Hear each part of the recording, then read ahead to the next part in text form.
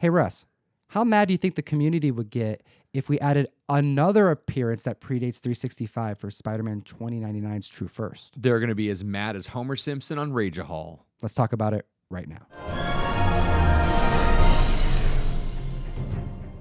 Russ, we have so many members of the community going out hunting for Spidey 2099 appearances. And there are a ton out there. As we see, the first one was in Spidey 2099, and then we have the first preview appearance that happens to be in ASM 365. And CGC is always right, so we know that that's the first appearance. And then you have, right? But then we have Topher coming out of nowhere 6 months prior with this Marvel annual report from 1991 showing him, in his little panel. But you know what came out a month before 365?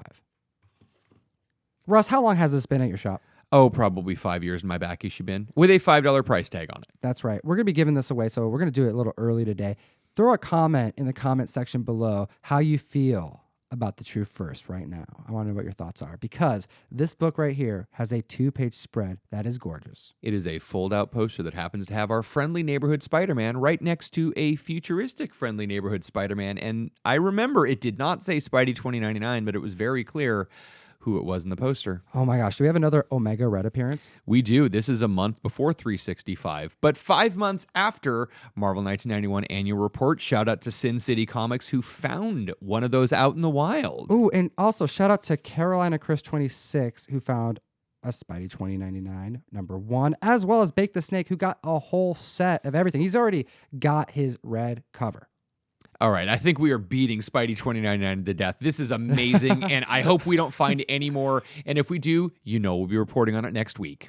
Hit that like, hit that subscribe button, and thank you to comicbookinvest.com and Topher, who puts together the True First list every week. We go through them. We try to find some fun stuff to chat with the comic book fam about. Right. And we have a nice list of comic books to chat with you about, because over this winter break, we had a Sonic the Hedgehog appearance make the internet. We have a realistic Sonic movie coming, Russ. What is going on? I don't know. Well, we got Pokemon, we got Aladdin, we got Lion King. Like, we have these realistic adaptations hitting the screen. And you know what? It made Topher excited because Sonic appeared in comic books, and there was actually a very early appearance that he mentioned in the most recent True First list that you talked about in one of our first videos. We did, yeah. We actually talked about in one of the Hot 10 lists about an early appearance of Sonic the Hedgehog, which is a very flimsy, few-page paper thing, low grade, all of the above, which actually happened to be reprinted in a free comic book day giveaway in 2007. That's right, and I had no idea. Kudos to Topher for spotting this, but I bet back in 2007 when this was sold, unless you were a very avid Sonic the Hedgehog fan, you wouldn't have even known that this was a reprint of the first appearance of Sonic and first appearance of Eggman. But it's a really cool book, and one that may be a little bit more attainable than that 1/4. Oh, absolutely. The original quarter is really, it's low print run and it's low quality. A lot of the earlier Archie comics that Sonic the Hedgehog, it ran for well over 100. I think it was almost 200 issues from. Dude, that's like pushing 27 years old now. Very, very long time that they pushed all of that stuff. And yeah, the first few issues are just super, super expensive. So the free comic book day one is out there, and it's a great way to be able to read first appearance of Eggman, Dr. Robotnik. I like seeing these like free comic book day books cause a little bit of a stir. I like reporting on those because, for one, it's like you can't really have speculators with those. No. You got to go to your LCS. So it's like the nicest one to try to spec, because you have to go to the shop on a day where there's discounts and you have to try to pick them up, and there's a limit. Most shops have a limit. So Right. it's like, it's fair game there. It is, and since every shop actually has to pay for every comic we're giving away for free, a lot of shops aren't just getting 500 copies of this and 500 copies of that. If I'm paying 25 to 50 cents per comic that I'm giving away for free, I really need to figure out, what do I think is popular, what do I think is not popular. When we've got the new Goon and Grumble book, I'm super excited about that one for this coming free comic book day, first Saturday in May. So I'm probably going to get some extras of that one. But the Lady Mechanica, while everyone likes Joe Benitez's stuff, it hasn't been given away very much over the last few years. So I'll probably get fewer of that one because, again, it's just money out that I'm not recouping. Free comic book day, best day of the year. Just another reason to visit your local comic book shop. Yep. All right. Another book that Topher brought up, and I'm glad he did, because we've been chatting about retcon appearances. Now, this isn't really a spec book, but it hits a lot of the ticks in my checklist of books that are a little bit attractive to me. We have Immortal Hulk number 7. Now, right out the gate, this is deemed a very, very popular run. Like, I think this is going to be one of those runs that, we're going to look back on and going, man, why weren't we all buying this book? Every month I have 2 more people adding on to it. And I started with 1 person, and now I think I'm at 9 people who keep adding to this book because there is so much buzz, and it's so great to see this book out there. Immortal Hulk number 7 actually had error print copies sent out, and I it was was unaware recalled. of this. Yeah. We've had a couple error prints that didn't really cause any stir. We had this Immortal Hulk number 7. We'll get to that in a second. We also had like that Monsters Unleashed number 8 that Topher mentions that had like a Luke Cage insert that went nowhere. But this Immortal Hulk number 7 features a mist-colored Captain America. Captain America's red. Whoops. And Topher mentions that, like, hey, this is technically the first appearance of Captain America in red ever. Okay, well, this is interesting, and I know that we've got Red Hulk, so I mean, there might be a story-wise thing, or it could just be something that it was a color error, and who knows? A lot of times, I post these on Instagram the instant I get them. I try to share with the Instagram community, the comic book fan. We try to talk about it as quickly as possible whenever we have a chance to put it on YouTube, but if I get an email from Diamond that says, this is a printing error, send it back to us and get destroyed, I'm going to try and give that information. But it is literally an email that comes out, and if I don't read the email or ignore it or it goes to junk mail, I don't get the information.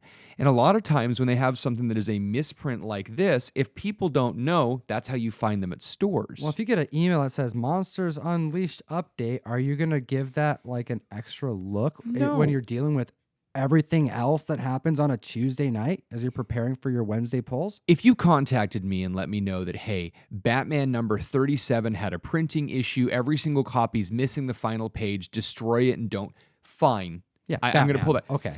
Monsters Unleashed on number 8. Did I order more than 3 copies of this book? Right. No one cared. Right. Well, some people may. We have an interesting error print as well, and I just want to bring that to the community's attention, as did CBSI. That's very cool. All right. And then, we got some Hellboy news, and whenever I see Hellboy stuff, I get excited. So, if you're not a Hellboy fan, tough shit. All right. So we got Hellboy, a tweet from the Hellboy movie showing off just how similar the Hellboy scene where Hellboy is riding on a horse with his Hell army behind him as he's leading this army, and how similar it is to the cover of The Wild Hunt number 1. It is super exciting to see how they're translating Mignola's work. I think we're going to get probably the closest adaptation to Hellboy that we've seen to date, including, comparing to animation as well as the Guillermo del Toro films. Mm-hmm. But Topher mentions a book that I didn't know about, and as a diehard Hellboy collector, I'm a little embarrassed. Hellboy the Wild Hunt had a very, very scarce, they call it a ghost variant, 1,000 copies. And I've never seen this. And there's a couple Hellboy keys that are in the Mignola the verse. Konami variant. There's a couple of really tough ones. Yeah, exactly. And they do sell for a lot of money. If to the right Hellboy collectors, specifically me. But but when we're looking at this type of similarity, you get that Avengers 223 cover. You know what I'm talking about? Mm-hmm. The Ant-Man on Hawkeye's bow on his arrow. Right. Civil War does that rendition, and now that moment is a key book now because of cinema. This is kind of a similar situation. So we look at this cover. What other covers relate to it? Well, we have Darkness Calls number 6, which actually foreshadows Hellboy's place in leading the army of hell. So there's a couple books that relate to this Wild Hunt series, and seeing this picture tells me that there's more Hellboy books that are likely going to be on the rise. I'm actually super, super excited. Now, it's an R-rated Hellboy movie, is that? Heck yes. I love Ron Perlman. I really do. And I think the Guillermo del Toro version was just a good adaptation for what it was. Parts of it were enjoyable. There was definitely some things that were lacking. For whatever you say about the trailer, for however much Hellboy looks like Glenn Danzig, this looks really good. I'm super excited about this. And I know you have got to be just blowing out of your head because you are an even bigger Hellboy fan than I am. You know what got me really excited was not the trailer, but was David Harbour's reaction to the trailer. Like he's watching it and he says that the music doesn't go with the movie and that he kept bringing it back to this one point. The movie is very gory. The movie has a lot of violence. Like every time there's kind of a funny joke, he would bring it back to, yeah, but there's a lot of violence in this movie. Like basically I think they're trying to pull a switcheroo. They're trying to get as many people to watch this film as they can, and they're going to go see this movie, and they're going to get their heads turned. Like it's going to be crazy, and I'm so excited. I hope it's good, but the unfortunate thing is that a lot of times when you have film adaptations that are really, really close to what a book or what a comic could be, the fans love it. The critics hate it. And a lot of the people who are in charge of Hollywood's wallets and the people who are going to make it aren't going to make a sequel. Hitchhiker's Guide to the Galaxy, I really enjoyed the movie that came out in 2005, and we had some great actors in it. Parts of it weren't faithful to the book, but the changes that they had made were actually approved by Douglas Adams, Douglas Adams' daughter, changes that Douglas had done. So, but it just didn't hit. And as a massive fan of Hitchhiker's Guide to the Galaxy, I went out and I watched it. And I loved it. And it was great. And it was new. Douglas Adams and I enjoyed it. And everyone else hated it. And it was critically panned. And all of these people who weren't necessarily fans didn't get it. And it didn't get greenlit for the rest of the books in the series. And that's kind of what I'm afraid about doing something with Hellboy, because yes, you have great content. Yes, you have something that looks amazing and it's gory and it's the way it should be. And Mignola loves it and David Harbour's proud of what he does. But if you bait and switch too much on a trailer, you're going to have a bunch of people going like, oh, this looks like a funny movie. I'm going to bring my 12-year-old. And all of a sudden the 12-year-old's having, bloody entrail death dreams, Getting sucked right into that Mignola verse. However, I do see your point, and I feel that same concern. But, the studio had a crap ton to do with the original Hellboy films, 1 and 2, and they couldn't get a third one done with Guillermo del Toro and freaking Ron Perlman. Right. So if they can't do it there, and we have another shot, I say, let's do it. Let's go. Let's pull a Deadpool. Let's actually really try and make just a crazy film and see who now is going to leave thinking, oh, I wish I was Ron Perlman. Yeah, I totally agree. And I've also decided that the name of my metal band is now Bloody Entrail Death Dreams. So. Okay. All right. Oh my gosh, that's pretty funny. All right.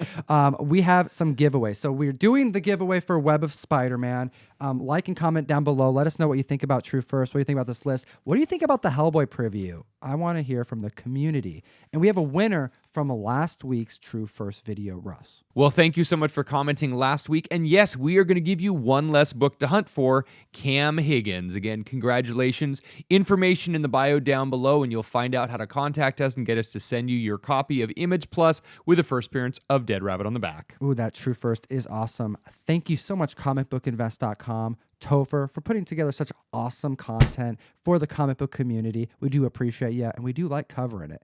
Please hit that like and subscribe button. And, as always, geek responsibly. Enough said.